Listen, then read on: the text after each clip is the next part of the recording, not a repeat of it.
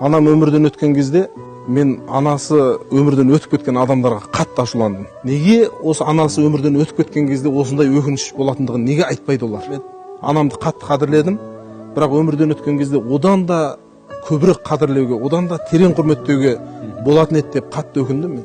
Мысалға дәл қазір анаммен бір рет кездесу мүмкіндігі үшін мен қолымда бар нәрсені ойланбай айырбастап жіберетін едім. Ал енді анасы тірі бола тұрып, қадірлемейтін адамдар бар, қоңырау шалмайтын адамдар бар.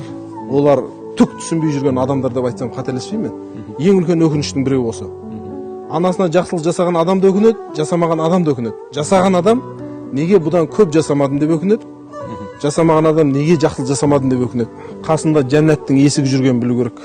Ол есік бір күні сынады, ол есіктен бір күні айырылады, ол есікті қайтып ешқандай ұстау орнына келтіре алмайды.